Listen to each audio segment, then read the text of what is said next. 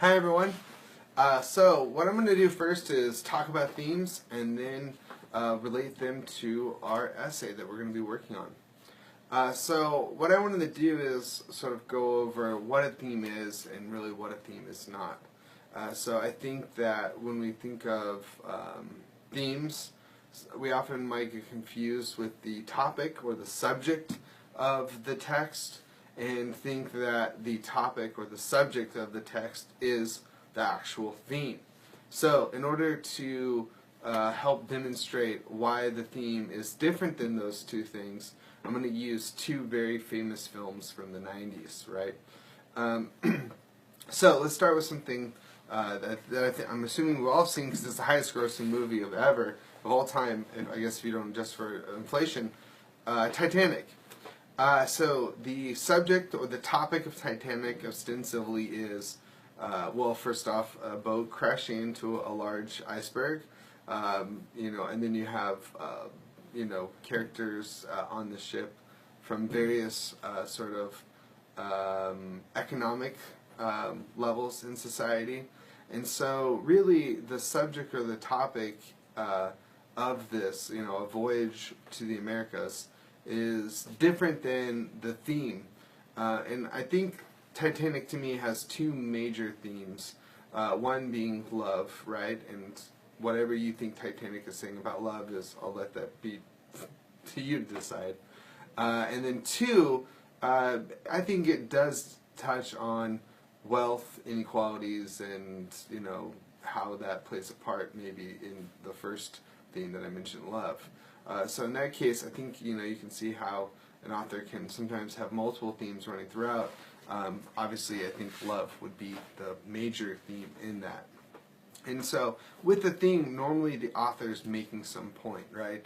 And so I think that you can see James Cameron, in this instance, making a major point or an underlining idea or message about love. Again, I don't want to get into what he's saying because that's not the point of this. You can kind of go back and look at it and think like, oh yeah, well what is, the overall message here that he is trying to say about love? And so that would be the theme of that particular film.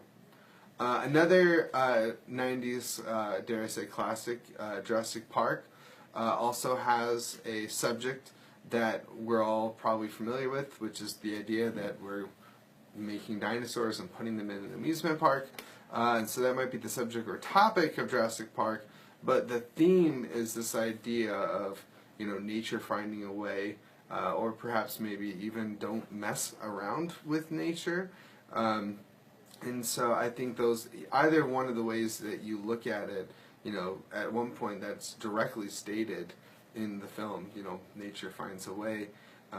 But I think, too, if you look at the underlying message of Jurassic Park, it could also be not just nature finds a way, but maybe we shouldn't be tinkering with nature because not only does it find a way to break out of our control, but that when we do tinker with it, there are these disastrous consequences and repercussions from our tinkering as human beings.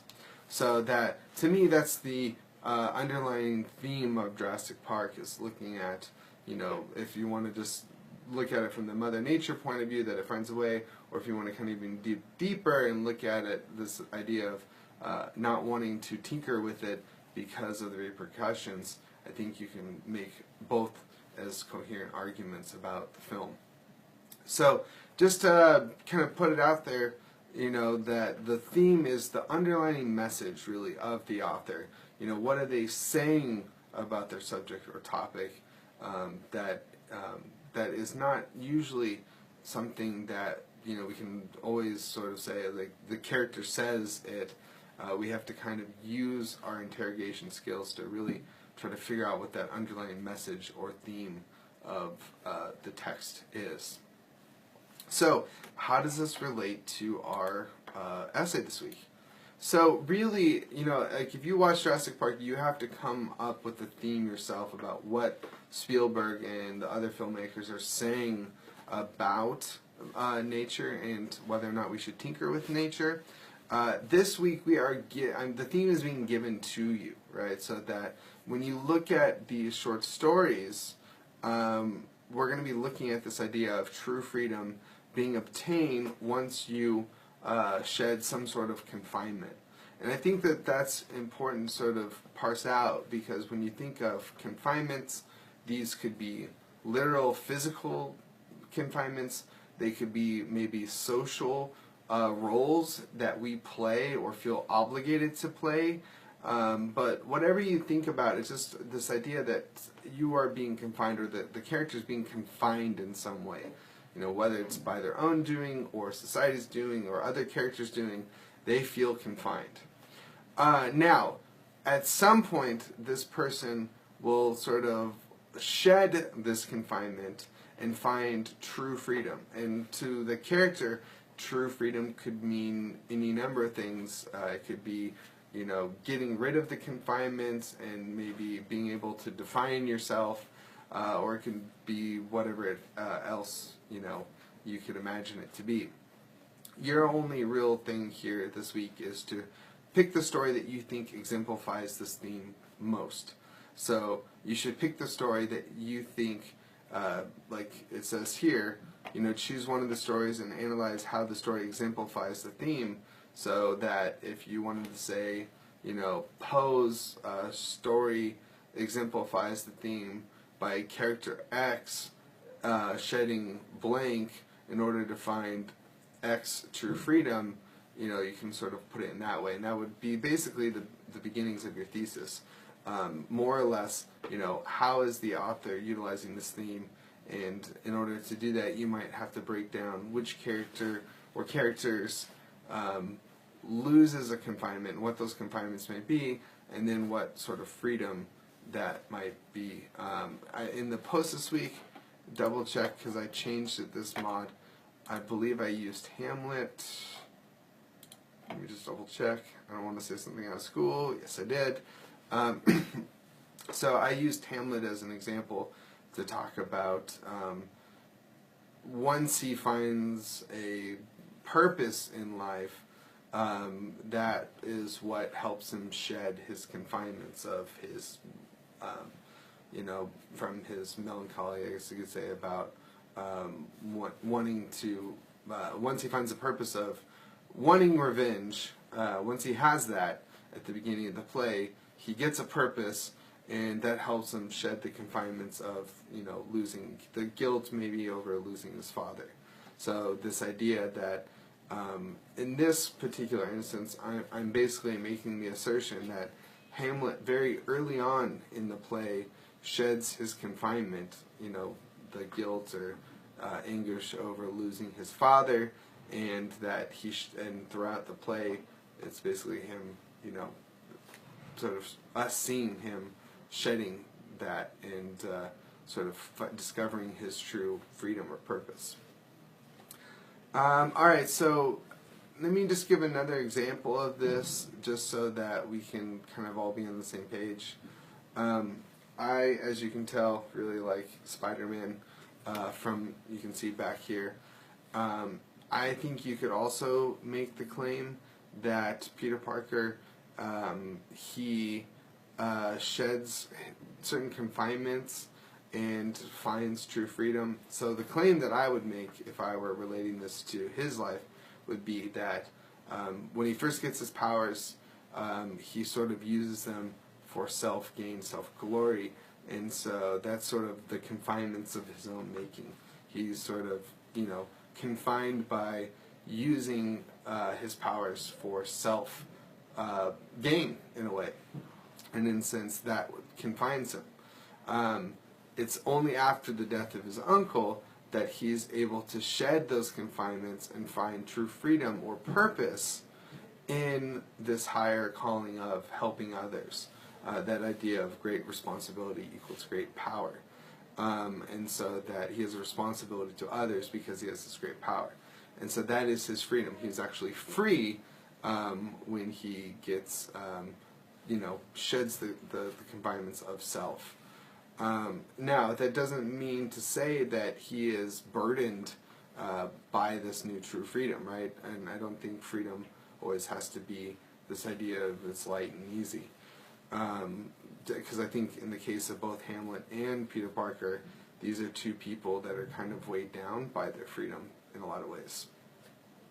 Anyway, yeah, so if you wanted to maybe talk about Poe, I think you can say, both of the characters there are confined by things. One seems to have a bit of an addiction problem, and the other one seems to be confined by their own rage about perceived injustices, or maybe real injustices. And then one of the things you can see throughout that is the characters trying to discover how they're going to get their true freedom, and whether or not they both get a sense of true freedom. So at the end of the day, what you're going to be just kind of trying to unpack is, what is the confinement that this character or characters is feeling? How do they sort of shed that confinement? And then, maybe you could articulate what that true freedom might be once they shed that confinement. Anything else I could see? Oh, yes.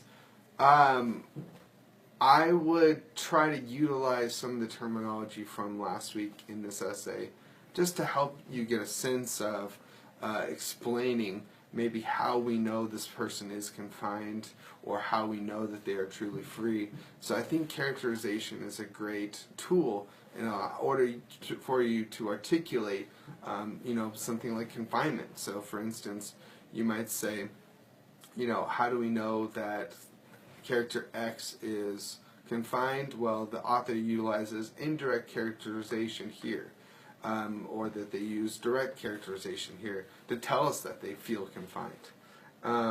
That's one way you can use characterization. You can also think about progresses.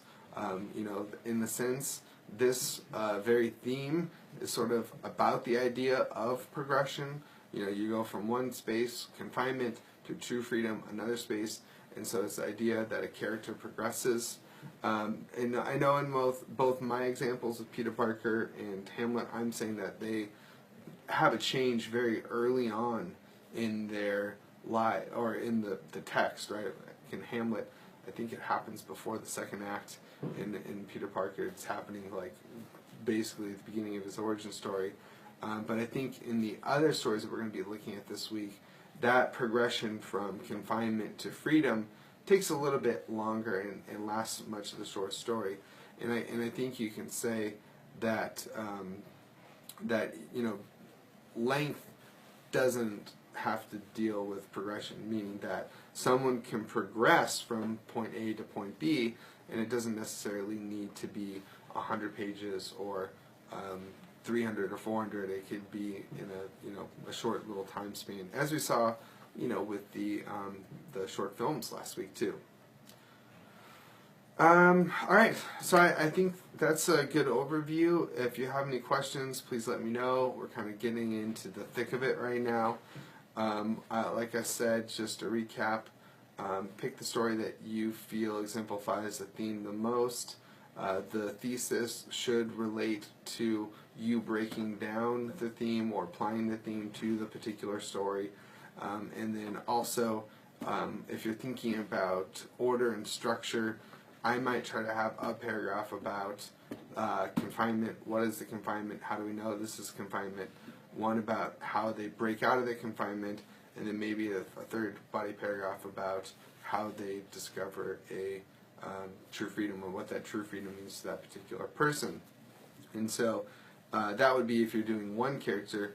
If you're doing multiple characters, you can maybe sort of have the same sort of idea there too. And then lastly, I would also try to use characterization or progresses, or both, in this post as well, to help kind of build on the momentum from last week. As always, too, if you want me to take a look at your paper, I could do that by Friday. That way it gives me some time to get it back to you by Sunday so you can turn it in on time. All right? Thank you again for your hard work, and I look forward to talking to you on the message or discussion boards. Bye.